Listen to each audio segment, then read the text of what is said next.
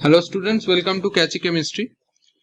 मेरे चैनल पे नीट का प्रीवियस ईयर क्वेश्चन का सीरीज चल रहा है और इसमें हम लोग एल्डिहाइड, कीटोन और कार्बोक्सिलिक एसिड जो है चैप्टर में, उसमें से कौन सा नीट में क्वेश्चन आया है ये हम लोग देख रहे थे।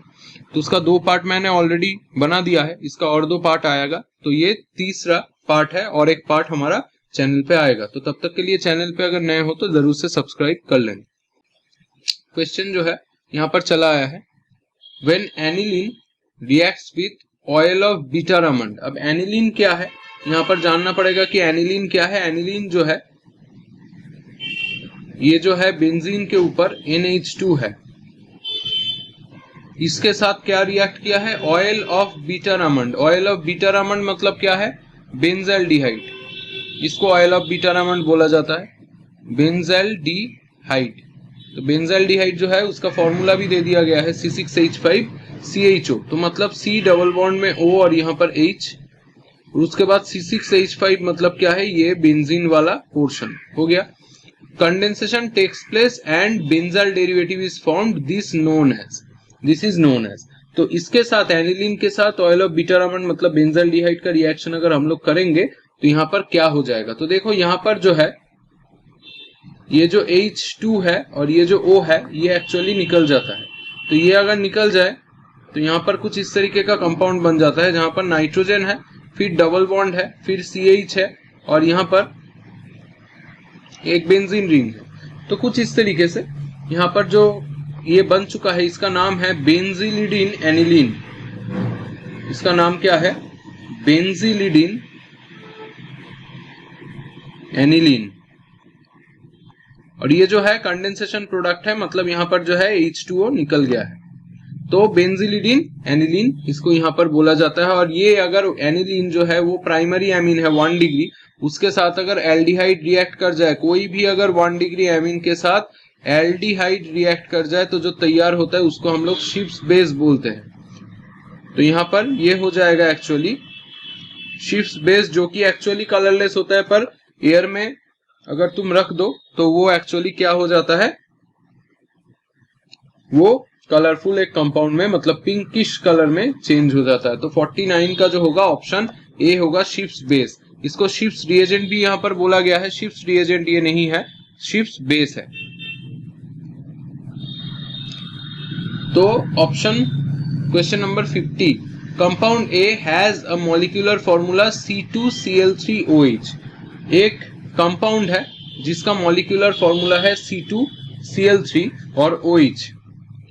It reduces failing solution and on oxidation it gives a monocarboxylic acid B if A is obtained by the action of chlorine on ethyl alcohol। मतलब ethyl alcohol है, C2H5OH है, इसके साथ आपने क्या दे दिया, क्लोरीन दे दिया, Cl2 दे दिया।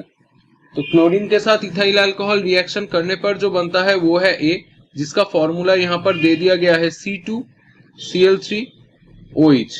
C2Cl3 और OH ये इस तरीके से यहाँ पर दे दिया गया है। और ये जो कंपाउंड बनता है, ये जो एक्चुअली कंपाउंड बनता है, ये क्या करता है, टॉलेंस को और फेलिंग को एक्चुअली रिड्यूस कर देता है। तो मतलब इसके ऊपर हमने अगर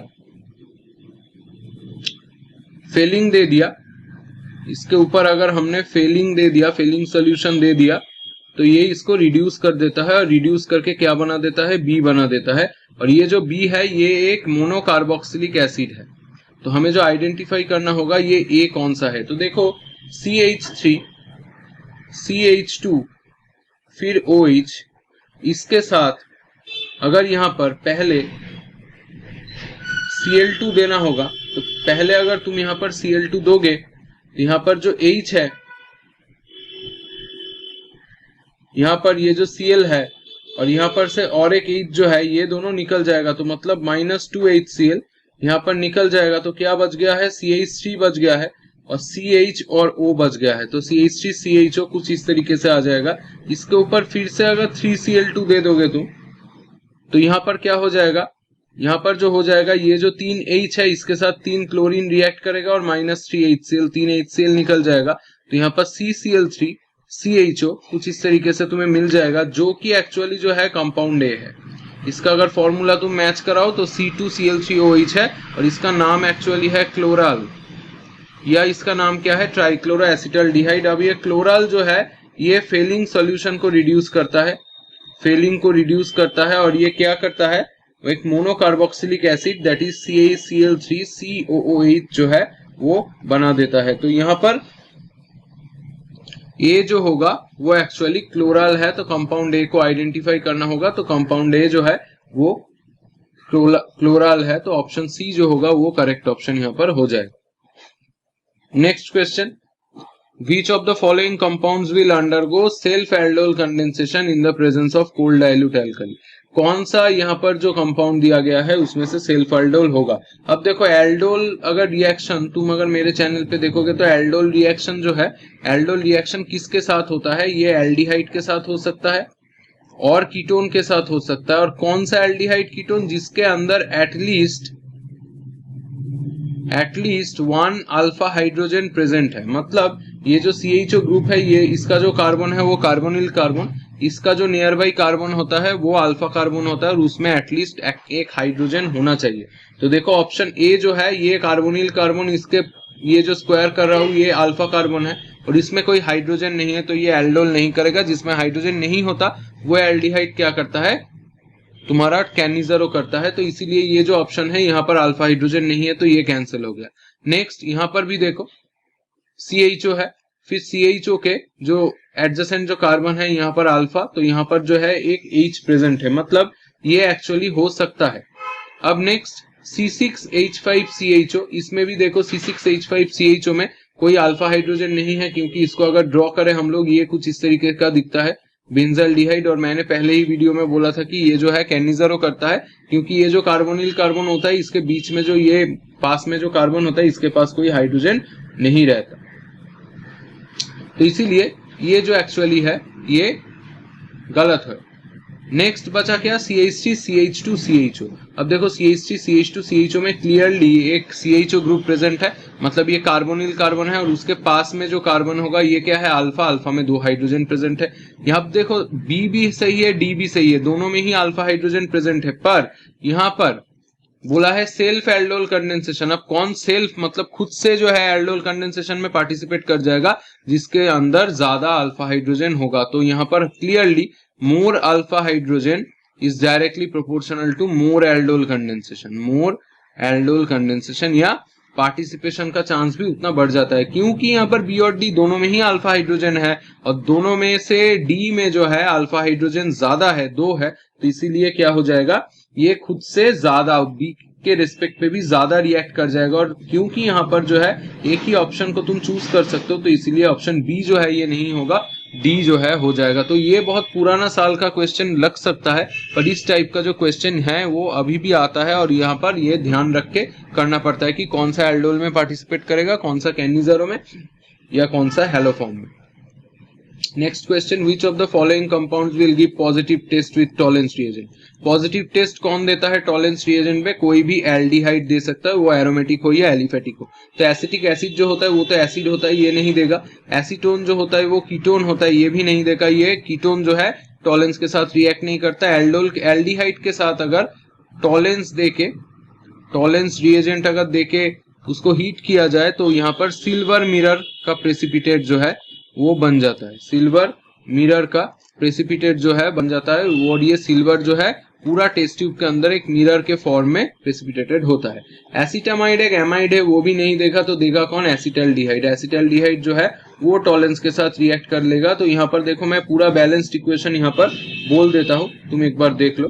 तो एसिटल्डिहाइड मतलब क्या, CH3CH और टॉलेंस का फॉर्मूला क्या है, वो एमोनिया का सिल्वर नाइट्रेट होता है टॉलेंस जो है। तो AgNH3 प्लस 3OH माइनस, तो कुछ इस तरीके से ये इसका टॉलेंस का जो है फॉर्मूला होता है। तो यहाँ पर तैयार जो होता है CH3COO माइनस, मतलब ये एक एसिड हो जाता है, उसके साथ 2H2 होता है, 2Ag होता है और यही सिल्वर मिरर का PPT होता है, यहाँ पर सिल्वर का PPT प्लस 4NH3, एमोनिया जो है वो निकल जाता है। तो कुछ इस तरीके से ये जो रिएक्शन है ये हो जाएगा और एल्डिहाइड जो है वो एसिड में पार्टिसिपेट कर जाएगा यहाँ पर। तो कुछ इस तरीके से हम लोग यहाँ पर इसको सॉल्व कर सकते हैं। 53 यहाँ पर इसका स्ट्रक्चर जो है क्लियरली विजिबल नहीं है, यहाँ पर डबल बॉन्ड है एक्चुअली बीच में, तो यहाँ पर मैं क्लियरली स्ट्रक्चर को ड्रॉ कर देता हूँ। CH3 hold to C double bond CH CO फिर CH3, तो कुछ इस तरीके से कैन बी ऑक्सीडाइज टू, इसको ऑक्सीडाइज करना है किसमें, ये जो कंपाउंड है ये भी विजिबल नहीं है यहाँ पर, देखो मैं ड्रॉ कर देता हूँ। CH3 होल्ड टू, फिर यहाँ पर C है डबल बॉन्ड में, CH है, फिर COOH है। तो मतलब यहाँ पर और यहाँ पर में डिफरेंस देखो क्या है, यहाँ पर और यहाँ पर में जो डिफरेंस है वो देखो, ये जो COCH3 वाला पोर्शन है ये एक्चुअली टोटली COOH में कन्वर्ट हो चुका है। तो यहाँ पर COOH में कन्वर्ट हो चुका है, मतलब एक जो कार्बन है, यहाँ पर 2 कार्बन टोटल था, देखो यहाँ पर 2 3 4 5 6, तो यहाँ पर टोटल क्या था 6 कार्बन था। यहाँ पर 2 कार्बन, यहाँ पर 3 4 और 5, यहाँ पर 5 कार्बन है। तो मतलब हम यहाँ पर क्लियर है कि एक कार्बन जो है यहाँ पर निकल गया है। तो chromic acid copper at 300 degree centigrade ये नहीं होगा, क्योंकि ये जो है अल्कोहल को एल्डिहाइड में कन्वर्ट करता है, और यहाँ पर देखो अल्कोहल तो नहीं है, ये तो कीटोन है या डबल बॉन्ड है। KMNO4 है, NaOI है। NaOI जो होता है वो एक्चुअली I2 और NaOH होता है। I2 और NaOH देने पर क्या हो जाता है, आयोडोफॉर्म रिएक्शन हो जाता है। आयोडोफॉर्म का जो रिएक्शन है वो एक्चुअली होता है, क्रोमिक एसिड जो है वो भी ऑक्सीडाइज करता है K2Cr2O7 कॉन्सेंट्रेट H2SO4। तो यहाँ पर क्लियरली देख सकते हो ये COOH हो चुका है, यहाँ पर क्या होगा NaOI हो जाएगा, क्योंकि I2 NaOH देने पर यहाँ पर जो है CHI3 जो है वो निकल जाएगा। ये जो है आयोडोफॉर्म है, ये जो है आयोडोफॉर्म है, और आयोडोफॉर्म ये देने पर क्या हो जाता है, एक आयोडोफॉर्म बन जाता है, और बाकी जो कार्बन बचता है वो एसिड में कन्वर्ट हो जाता है। तो यहाँ पर NaOH और I2 जो होगा ये बेस्ट सुटेबल रिएजेंट यहाँ पर होगा, क्योंकि क्रोमिक एसिड और KMNO4 से भी ये ज्यादा यहाँ पर यूजफुल होगा, क्योंकि यहाँ पर कीटोन है। और COCH3 मतलब ये जो है कीटोमिथाइल ग्रुप है। कीटोमिथाइल ग्रुप अगर कोई भी कीटोन पे या एल्डिहाइड पे ऐसे प्रेजेंट रहे तो वो पॉजिटिव आयोडोफॉर्म देता है। तो इसीलिए आयोडोफॉर्म का ही रिएजेंट जो है वो चूज करना पड़ेगा। बहुत सारे लोग क्रोमिक एसिड को चूज करेंगे, मतलब K2Cr2O7 कॉन्सेंट्रेट H2SO4 या KMNO4 को, पर वो उससे ज्यादा यहाँ पर I2 और NaOH बेस्ट कॉम्बिनेशन होगा, इसीलिए ऑप्शन बी जो होगा वो करेक्ट ऑप्शन हो जाएगा। Next question, in which of the following the number of carbon atoms does not remain same when carboxylic acid is obtained by oxidation. तो मतलब यहाँ पर जो है कौन सा यहाँ पर कंपाउंड जो है उसमें the number of carbon atoms does not remain same when carboxylic acid is obtained by oxidation, मतलब ये चारों कंपाउंड में से आपको अगर ऑक्सीडेशन करना है तो ऑक्सीडेशन करने के बाद कहाँ पर जो है कार्बन नंबर सेम नहीं रहेगा। तो सिंपली कार्बन नंबर सेम नहीं रहता, कहाँ पर, सिंपली कीटोन पे नहीं रहता, एल्डिहाइड पे सेम रहता है। जैसे कि आपके पास CH3CHO है, एल्डिहाइड है, उसको आपने अगर ऑक्सीडाइज कर दिया यहाँ पर तो CH3COOH बन जाएगा, मतलब क्या कार्बन नंबर जो है सेम रहेगा। पर कीटोन जो होता है वहां पर कार्बन नंबर सेम नहीं रहता। देखो CH3CO CH3, ये अगर तुम इसको अगर ऑक्सीडाइज करने जाओ, ये एसीटोन है, इसको ऑक्सीडाइज करने पर एक CH3COOH बनता है, एक CO2 बनता है और एक H2O बनता है। तो देखो यहाँ पर जो है कार्बन नंबर रिड्यूस हो चुका है। तो यहाँ पर जो है एल्डिहाइड वाला जो ऑप्शन है ये दोनों तो नहीं होगा, इसीलिए कीटोन वाला ऑप्शन जो है ये सही हो जाएगा। और अल्कोहल जो है इसको ऑक्सीडाइज करने पर पहले तो एल्डिहाइड आता है CHO, और उसको फिर से ऑक्सीडाइज करने पर ये आ जाता है क्या, एसिड। तो एसिड में मतलब अल्कोहल से एल्डिहाइड या एसिड करने पर क्या हो जाता है, कार्बन नंबर सेम रहता है, पर कीटोन में ही ये कार्बन जो है ये बीच में से टूट जाता है और यहाँ पर CO2 H2O करके निकल जाता है। तो कार्बन नंबर मेन कंपाउंड पे रिड्यूस हो जाता है। तो कुछ इस तरीके से क्वेश्चन नंबर 54 को हम लोग सॉल्व कर सकते हैं। Next question number 55, acetaldehyde reacts with electrophiles only, nucleophiles only, free radicals only, both electrophile and nucleophile. तो एसिटल्डिहाइड जो है वो एक्चुअली CH3CHO है, एसिटल्डिहाइड CH3CHO है, और उसका अगर स्ट्रक्चर हम लोग ड्रॉ करें तो CH3C डबल बॉन्ड O और यहाँ पर H जो है तैयार होता है। तो यहाँ पर ये जो कार्बन ऑक्सीजन का जो बॉन्ड है ये एक्चुअली पोलर इन नेचर है, और पोलर इन नेचर होने के लिए ऑक्सीजन का इलेक्ट्रोनेगेटिविटी ज्यादा है, इसलिए ये बॉन्ड जो है ऑक्सीजन के ओर टूट जाता है और CH3C डबल बॉन्ड O से यहाँ पर C single bond oxygen negative और ये पॉजिटिव साइन में कन्वर्ट हो जाता है। तो कुछ इस तरीके से ये बॉन्ड जो है टूट जाता है due to polar in nature. तो ये ऑलवेज जो है कार्बन जो है यहाँ पर और ऑक्सीजन जो है ऑलवेज एक न्यूक्लियोफाइल से ही अटैक करता है। न्यूक्लियोफाइल का मतलब क्या है, NU माइनस, मतलब जो एनायंस यहाँ पर होता है। तो अगर हमने सपोज यहाँ पर एक एनायन Z माइनस को दे दिया तो ये एक न्यूक्लियोफाइल है जो कि पहले जाके कार्बन में अटैक करेगा, जैसे कि Cn माइनस हो गया, जैसे कि SO3 Na माइनस हो गया। तो कुछ इस तरीके से ये सब न्यूक्लियोफाइल हो सकता है और इसीलिए ये न्यूक्लियोफाइल अटैक ही जल्दी होता है और सबसे ज्यादा होता है। तो इसीलिए क्या हो जाता है, न्यूक्लियोफिलिक अटैक ही यहाँ पर ओनली होगा। इलेक्ट्रोफाइल के साथ ये जो रिएक्शन है एक्चुअली एसिटाल्डिहाइड या कोई भी एल्डिहाइड न्यू इलेक्ट्रोफिलिक रिएक्शन यहाँ पर नहीं करता है। बेंजल्डिहाइड करता है पर एसिटाल्डिहाइड जो है वो नहीं करता है। The reagent which can be used to distinguish acetophenone from benzophenone. एसिटोफेनॉन का अगर हम लोग स्ट्रक्चर ड्रॉ कर ले, बेंजीन के ऊपर COCH3 और बेंजोफेनॉन का अगर स्ट्रक्चर हम लोग ड्रॉ कर ले तो कुछ इस तरीके से ये बनता है, बेंजीन फिर कीटोन ग्रुप फिर और एक बेंजीन। तो क्लियरली यहाँ पर जो देख ही सकते हो यहाँ पर कीटोमिथाइल ग्रुप प्रेजेंट है और ये एक कीटोन है, ये भी एक कीटोन है, पर यहाँ पर कीटोमिथाइल ग्रुप जो है वो प्रेजेंट नहीं है। कीटोमिथाइल मतलब CH3CO, ये वाला ग्रुप प्रेजेंट नहीं है। तो हम लोग जानते हैं कि कोई भी एल्डिहाइड कीटोन जिसके साथ कीटोमिथाइल ग्रुप प्रेजेंट है वो आयोडोफॉर्म पॉजिटिव देगा। मतलब यहाँ पर अगर I2 और NOH दोगे तो CHI3 इसका क्या हो जाएगा, येलो PPT पड़ेगा यहाँ पर, तो ये इसके साथ तुम आइडेंटिफाई कर सकते हो। पर यहाँ पर अगर दोगे तो कुछ भी नहीं होगा। तो I2 और NOH जो है वो एक्चुअली करेक्ट ऑप्शन यहाँ पर हो जाएगा, क्योंकि 2,4 डाइनाइट्रोफिनाइल हाइड्रोजन या जिसको 2,4 DNP बोला जाता है, ये कीटोन का आइडेंटिफिकेशन के लिए रखता है। एक्वस सॉल्यूशन ऑफ NaHSO3 ये कीटोन एल्डिहाइड में सेपरेशन करने के लिए लगता है। और बेनेडिक्ट रिएजेंट जो है ये भी कीटोन एल्डिहाइड में। I2 NOH जो है यहाँ पर दो ऐसे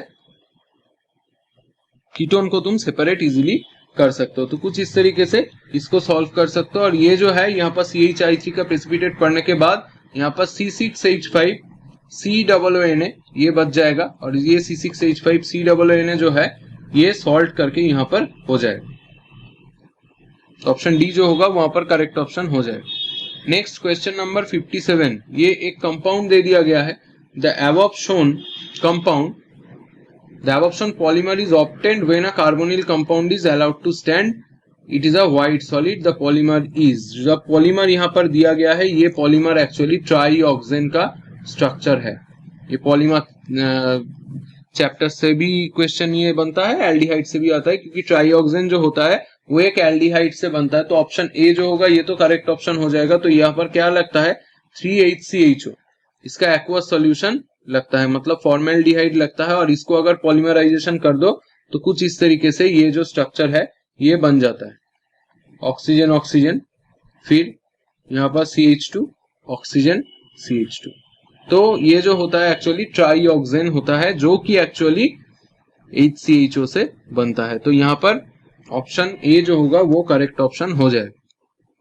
नेक्स्ट क्वेश्चन, ये जो कंपाउंड है 1 नंबर 3 नंबर और 5 नंबर, तो 135 ट्राई मिथाइल बेंजीन या इसको तुम मेसिटिलीन भी बोल सकते हो, मेसिटिलीन भी बोल सकते हो। Given compound describes a condensation polymer, मतलब मेसिटिलीन से एक पॉलीमर आता है, can be obtained in 2 ways, either treating 3 molecules of acetone with concentrated H2SO4 और passing propine through a red hot tube। मतलब ये जो मेसिटिलीन है यहाँ पर बोला गया है कि एसीटोन COCH3, इससे भी तुम 3 मॉलिक्यूल लेके इसको कॉन्सेंट्रेटेड H2SO4 के साथ भेज दो तो यहाँ पर मेसिटिलीन बन जाता है, मेसिटिलीन बन जाता है। नहीं तो इन्होंने बोला है कि और एक मेथड है कि CH3C ट्रिपल बॉन्ड CH, इसको अगर रेड हॉट ट्यूब के साथ कॉपर दे दिया जाए 600 डिग्री सेंटीग्रेड तो ये भी मेसिटिलीन जो है ये एक्चुअली तैयार करता है। तो यहाँ पर बोला गया है the polymer is, the polymer, तो यहाँ पर क्या हो जाएगा मेसिटिलीन। तो क्योंकि मैंने पहले यहाँ पर इसलिए नाम जो है वो बोल दिया है। तो यहाँ पर मेसिटिलीन जो होगा, ये मेसिटिलीन या एसीटोन फॉर्माइल मेसिटिलीन भी इसको बोला जाता है, तो mesitylene is the correct option.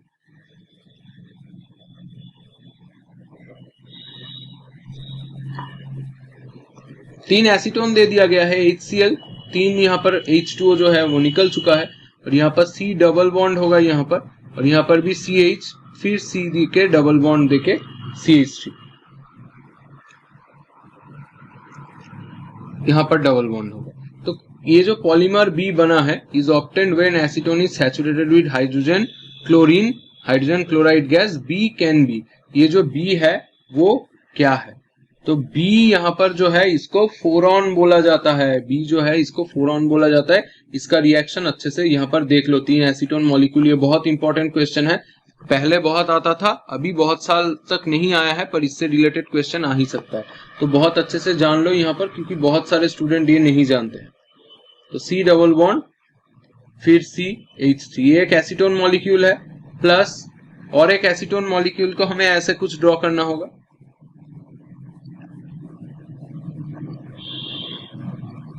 देखो CH3 को H2 और CH ऐसे हमने ड्रॉ किया है, फिर और एक एसीटोन मॉलिक्यूल को हम लोग ड्रॉ करेंगे यहाँ पर। तो देखो तीनों एसीटोन यहाँ पर बोला गया है। अब जहां पर भी यहाँ पर HCl दोगे, ड्राई HCl गैस जहां पर भी दोगे, ये जो है H2O ये निकल जाएगा यहाँ से, और ये जो है H2O ये यहाँ से निकल जाएगा। तो कंपाउंड जो है वो तैयार हो जाएगा, और कंपाउंड क्या हो जाएगा? CH3, C फिर CH3, double bond CH, single bond CO, फिर CH, double bond C, CH3 और CH3। अगर इसको तुम इधर से या इधर से मार्किंग करो 1 2 3 4, अगर इधर से भी करो 1 2 3 4, तो देखो 4 में ही जो है कीटोन आ रहा है, मतलब ओन आ रहा है। तो 4 में ओन आ रहा है, इसीलिए इसका नाम है फोरॉन। तो फोरॉन मतलब 4 में कीटोन कंपाउंड है, और इसका नाम जो है 2,6 डाइमिथाइल हेप्टा 2,5 डाइन फोरॉन। तो ये इसका नाम है, क्या है? 2,6 डाइमिथाइल हेप्टा 2,5 डाइन, ये केमिकल नेम है फोरऑन। तो इसीलिए इसका नाम फोरॉन बोला जाता है, और ऑप्शन ए जो होगा करेक्ट ऑप्शन यहाँ पर हो जाता है। Next question is formaldehyde and KOH are heated, then we get formaldehyde HCHO और KOH। इसको अगर हीट किया जाए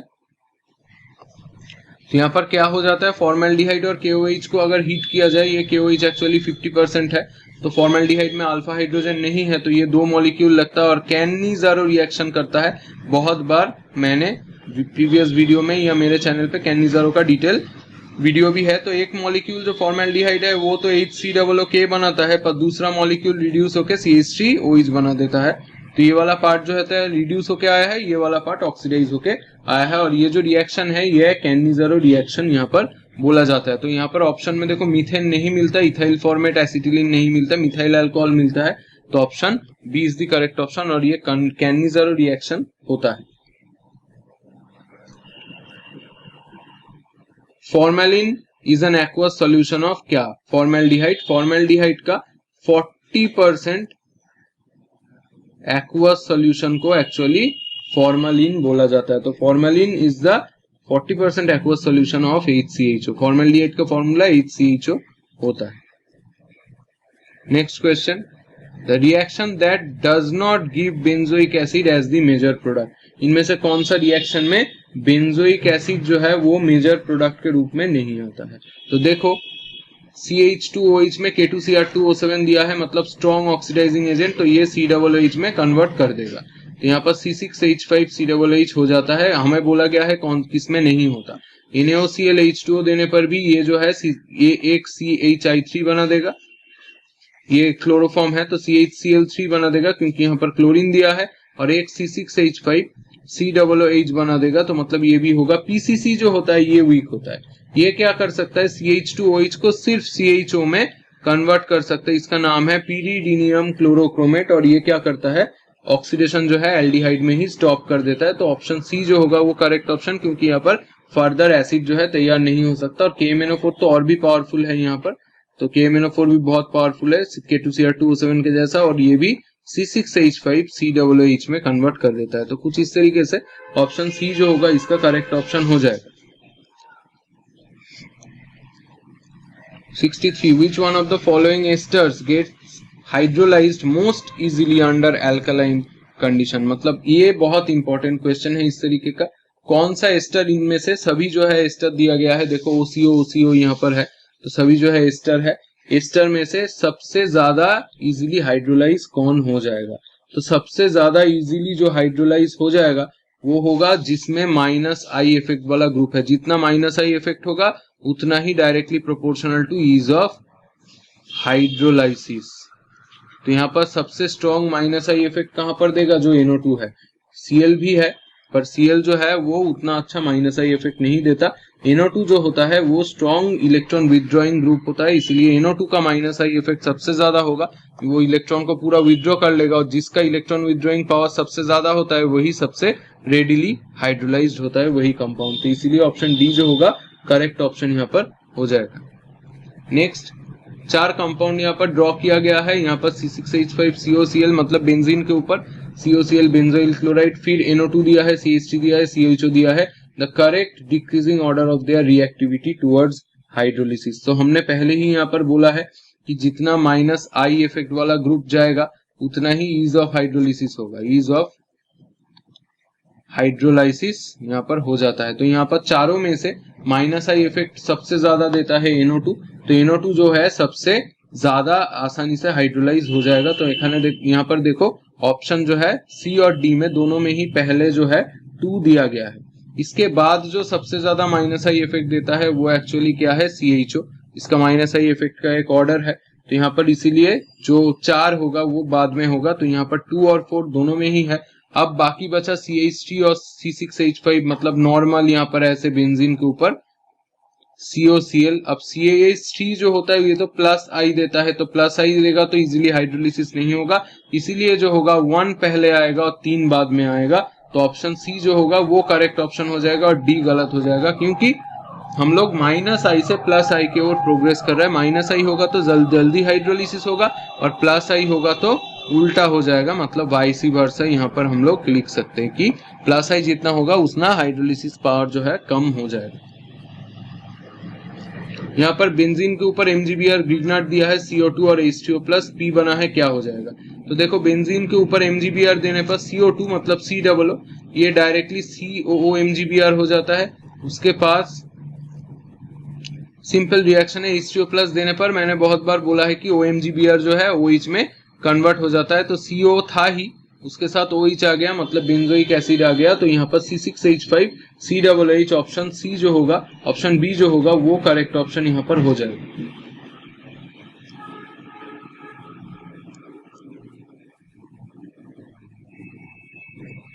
नेक्स्ट क्वेश्चन,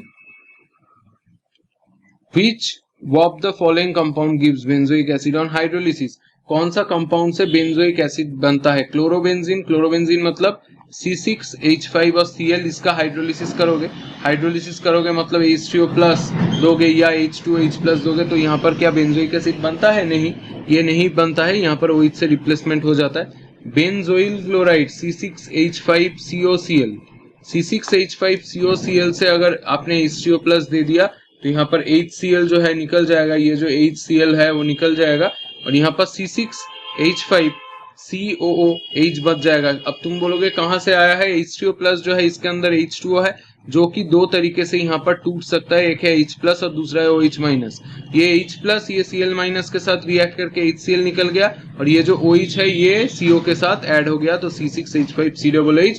तो बेंजोइल क्लोराइड जो होगा वो करेक्ट ऑप्शन होगा। क्लोरोफेनॉल ये भी नहीं होगा, और क्लोरोटोलुइन ये भी नहीं होगा, क्योंकि उसका हाइड्रोलिसिस नहीं होता है।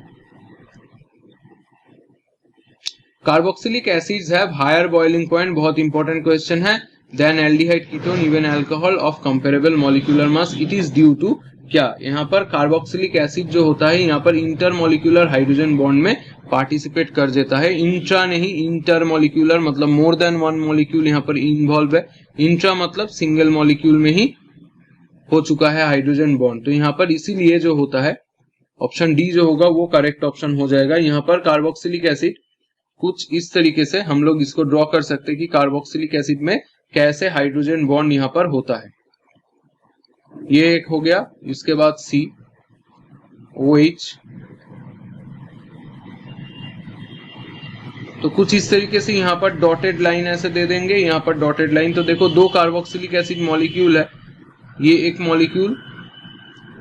मॉलिक्यूल है और दूसरा ये एक मॉलिक्यूल है, पर दोनों में क्या हो जाता है, दोनों में देखो यहाँ पर दोनों में जो है हाइड्रोजन बॉन्ड तैयार होता है। तो दोनों में यहाँ पर हाइड्रोजन बॉन्ड तैयार होता है। तो कुछ इस तरीके से यहाँ पर दोनों में हाइड्रोजन बॉन्डिंग हो जाता है।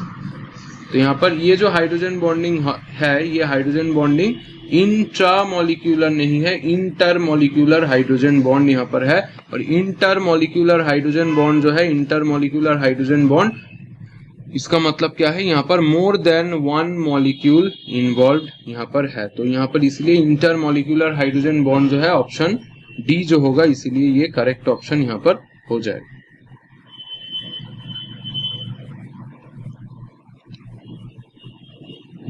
नेक्स्ट क्वेश्चन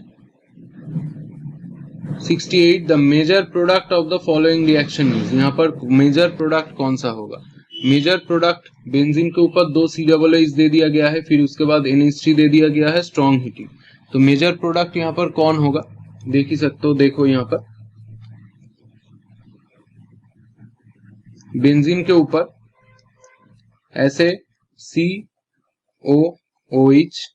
उसके बाद NH3 दे दिया है, COOH। तो इसके साथ अगर NH2H हो जाए और यहाँ पर NH2 और H हो जाए, तो ये यहाँ पर निकल जाएगा, ये यहाँ पर निकल जाएगा।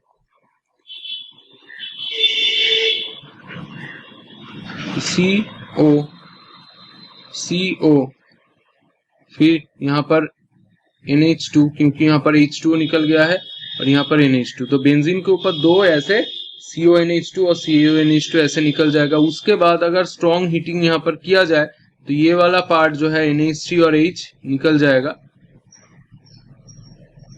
तो यहाँ पर C डबल बॉन्ड O, यहाँ पर C डबल बॉन्ड O, फिर उसके बाद NH, कुछ इस तरीके से यहाँ पर तैयार हो जाएगा। मतलब CONH। तो मतलब ये जो है इसका नाम क्या है, थैलीमाइड यहाँ पर है। इसका नाम क्या है, थैलीमाइड यहाँ पर है। तो 68 का C जो है वो करेक्ट ऑप्शन यहाँ पर हो सकता है। 69, the correct order of strength of carboxylic acid. Correct order of strength of carboxylic acid, यहाँ पर एक साइक्लोहेक्सेन ड्रॉ करके COOH, फिर यहाँ पर एक ऑक्सीजन दे दिया है, यहाँ पर एक ऑक्सीजन दे दिया है। तो यहाँ पर एसिडिक स्ट्रेंथ जो होता है, एसिडिक स्ट्रेंथ जो होता है या एसिडिक नेचर जो होता है, वो is directly proportional to -I effect. मतलब जिसके साथ -I इफेक्ट ज्यादा होगा तो यहाँ पर इसलिए उसका एसिडिक नेचर ज्यादा होगा। तो यहाँ पर ऑक्सीजन जो है ये इलेक्ट्रॉन विथड्रॉइंग होता है और ये -I इफेक्ट एक्चुअली शो करता है। तो ऑक्सीजन जो होता है यहाँ पर -I इफेक्ट शो करता है और एक में देखो -I इफेक्ट नहीं है। तो एक नंबर जो है इसका एसिडिक स्ट्रेंथ सबसे कम होगा। अब लास्ट में एक कहां पर है, यहाँ पर भी है और यहाँ पर भी है। अब हमें 2 और 3 में से देखना पड़ेगा, 2 और 3 में से सबसे ज्यादा कौन सा आ जाएगा। तो यहाँ पर अगर तुम ध्यान से यहाँ पर देखो, COOH के साथ यहाँ पर 1, 2 और 3 ये कार्बन है और यहाँ पर 1 और 2 कार्बन का गैप है। मतलब 2 नंबर जो है यहाँ पर 2 कार्बन का सिर्फ गैप है COOH के साथ, यहाँ पर जो है 3 कार्बन का ऐसे गैप है। अगर इस साइड से भी जाओ तो 3 कार्बन का तुम्हें गैप जो है वो मिल जाएगा। तो इसीलिए जिसमें का सबसे कम गैप है, मतलब जिसमें -I इफेक्ट वाला ग्रुप जो है COOH के सबसे पास है, वही हाईएस्ट एसिडिक होगा और जिसमें दूर है वो लोएस्ट एसिडिक हो जाएगा। तो इसीलिए हम लोगों को डिस्टेंस भी यहाँ पर देखना पड़ेगा। तो इसीलिए -I इफेक्ट, ये जो ऑक्सीजन है ये ग्रेटर -I इफेक्ट देगा इससे इसके रिस्पेक्ट पे, तो इसीलिए ऑप्शन 2 जो होगा वो करेक्ट होगा, क्योंकि 2 जो होगा वो हाईएस्ट एसिडिक होगा, then 3, then 1। The correct order of decreasing acidic strength of trichloroacetic acid, तो decreasing acidic strength trichloroacetic acid मतलब CCl3 COOH प्लस यहाँ पर और दे दिया ट्राइफ्लूरोएसिटिक एसिड दे दिया है मतलब CF3 COOH, और दे दिया गया है फॉर्मिक एसिड मतलब HCOOH। तो ये 3 हम लोग देख सकते हैं। तो यहाँ पर 3 जो एसिड है ये कैसे यहाँ पर सॉल्व हो सकता है। तो देखो यहाँ पर ट्राइक्लोरोएसिटिक एसिड, ट्राइफ्लूरोएसिटिक एसिड और यहाँ पर HCOOH। तो यहाँ पर 70 का अगर तुम देखो कि कौन सा होगा सबसे ज्यादा एसिडिक एसिड होगा, और यहाँ पर एसिडिक एसिड भी एक दिया गया है, सॉरी यहाँ पर CH3COOH भी दिया गया है। ये ऑप्शन ये A है, ये B है, ये C है और ये D है। तो हम लोगों ने पहले ही देखा है कि माइनस आई इफेक्ट जो होगा वो एसिडिक नेचर के साथ जाता है, और मॉलिक्यूलर वेट जितना कम हो जाएगा वो भी एसिडिक नेचर को इंडिकेट करता है ज्यादा। तो हमें देखना पड़ेगा कि यहाँ पर से सबसे स्ट्रॉन्ग माइनस आई इफेक्ट कौन देता है। तो ऑब्वियसली यहाँ पर फ्लोरीन जो है हाईएस्ट इलेक्ट्रोनेगेटिव है, तो ये सबसे स्ट्रॉन्ग माइनस आई इफेक्ट देगा। तो इसीलिए ऑप्शन बी जो होगा ये सबसे पहले जाना चाहिए। अब ए में भी है और बी में भी है, एक्चुअली ऑप्शन बी जो है वो पहले दिया गया है। अब इसके बाद कौन आएगा, यहाँ पर देखो क्लोरीन इसके बाद जो है हाईएस्ट माइनस आई इफेक्ट देता है, तो इसीलिए ऑप्शन ए जो होगा फिर आएगा। उसके बाद डी आएगा क्योंकि इसका मॉलिक्यूलर वेट कम है, और मॉलिक्यूलर वेट जिसका ज्यादा है वो सबसे बाद में आएगा। तो अगर कोई माइनस आई इफेक्ट वाला ग्रुप नहीं है देन मॉलिक्यूलर वेट कम होगा तो एसिडिक नेचर बढ़ेगा।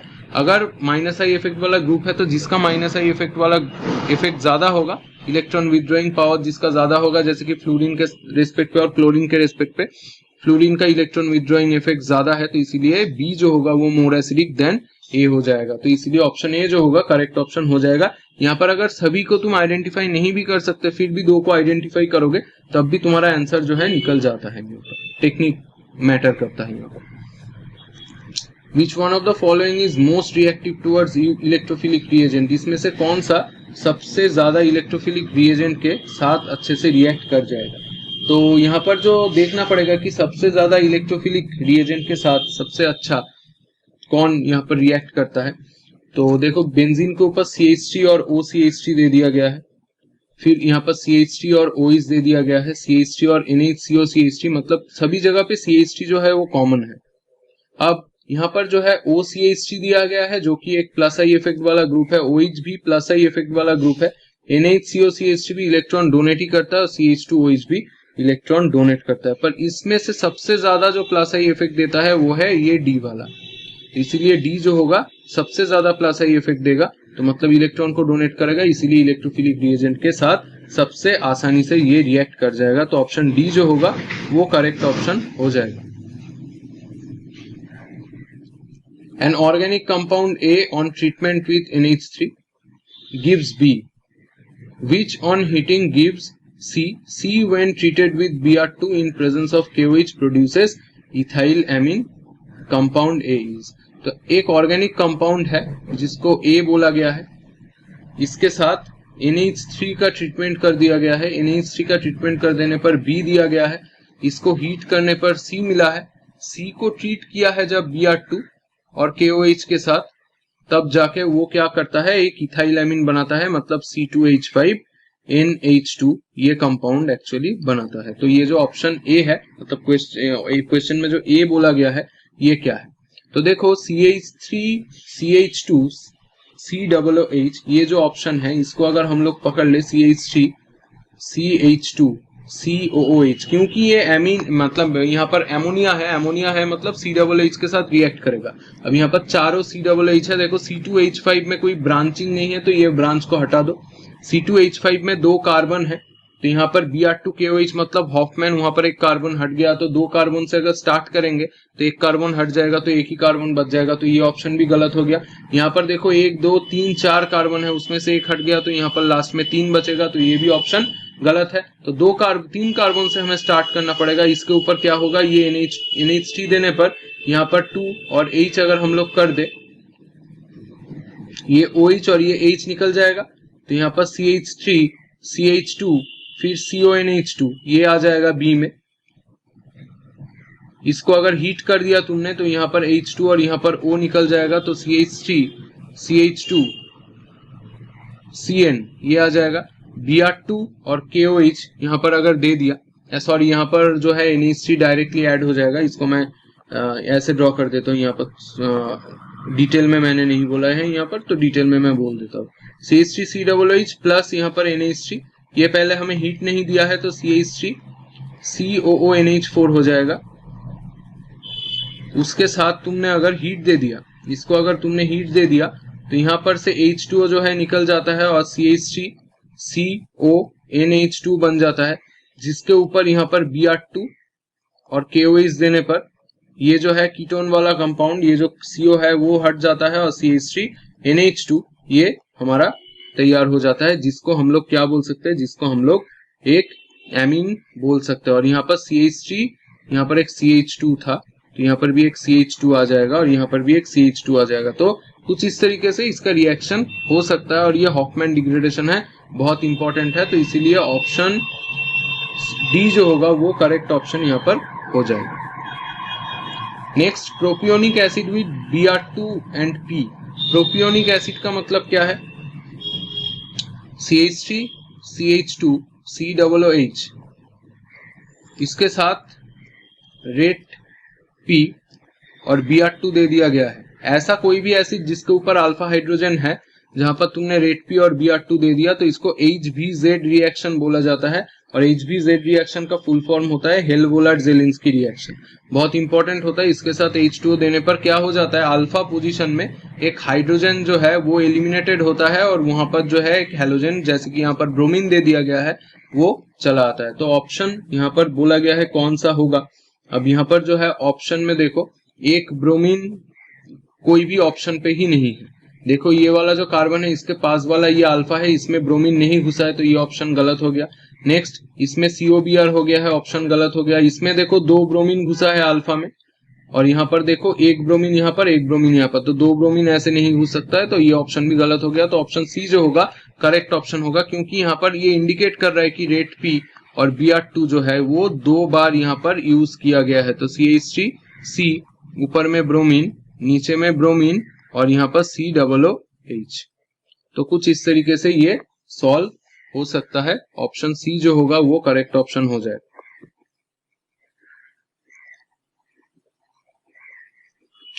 नेक्स्ट क्वेश्चन, लास्ट ये स्लाइड का, विच of the following represent the correct order of acidity in given compound. वही सेम क्वेश्चन यहाँ पर दिया गया है। तो देखो यहाँ पर फ्लोरीन है, फिर क्लोरीन है, फिर ब्रोमीन है और फिर कुछ भी नहीं है। तो फ्लोरीन जो है वो हाईएस्ट -I इफेक्ट शो करेगा, तो एसिडिक नेचर सबसे ज्यादा होगा। उसके बाद क्लोरीन, उसके बाद ब्रोमीन, क्योंकि इलेक्ट्रोनेगेटिविटी ऐसे ही डिक्रीज करता है। यहाँ पर नहीं होगा क्योंकि लास्ट में फ्लोरीन दे दिया है, मतलब एसिडिक नेचर कम है, तो ये तो गलत हो गया। यहाँ पर भी देखो बाद में फ्लोरीन दिया है, ब्रोमीन के बाद में, क्लोरीन के बाद में, तो ये भी गलत हो गया। फ्लोरीन स्टार्टिंग में दिया है, पर ब्रोमीन क्लोरीन को COOH के CH3COOH के बाद दे दिया गया है, तो ये भी गलत हो गया, क्योंकि ब्रोमीन क्लोरीन जो होता है वो -I इफेक्ट शो करता है, जो कि एक्चुअली मैंने बार बार ही बोला है कि वो एसिडिक नेचर को इंडिकेट करता है, क्योंकि जितना -I इफेक्ट स्ट्रांग होगा, इलेक्ट्रॉन विथड्रॉइंग इफेक्ट उतना ही स्ट्रांग होगा और एसिडिक नेचर उतना ही अच्छा होगा, मतलब उतना ही एसिडिक इन नेचर हो जाएगा। तो कुछ इस तरीके से हम लोग इसको सॉल्व कर सकते हैं। तो इसका और एक पार्ट आएगा जिसमें हम लोग बाकी और कोई क्वेश्चन देख लेंगे, और 20 क्वेश्चंस है जिसको हमने देखने पर पूरा 33 to 35 इयर्स का तुम्हारा नीट का जो प्रीवियस ईयर्स क्वेश्चंस है from aldehyde ketone carboxylic acid वो सॉल्व हो जाएगा। तो आई होप आपको ये वीडियो पसंद आया है। अगर पसंद आया तो लाइक, शेयर, कमेंट और सब्सक्राइब करना मत भूलना। तो मिलते हैं एक नई वीडियो में। Till then, thanks for watching.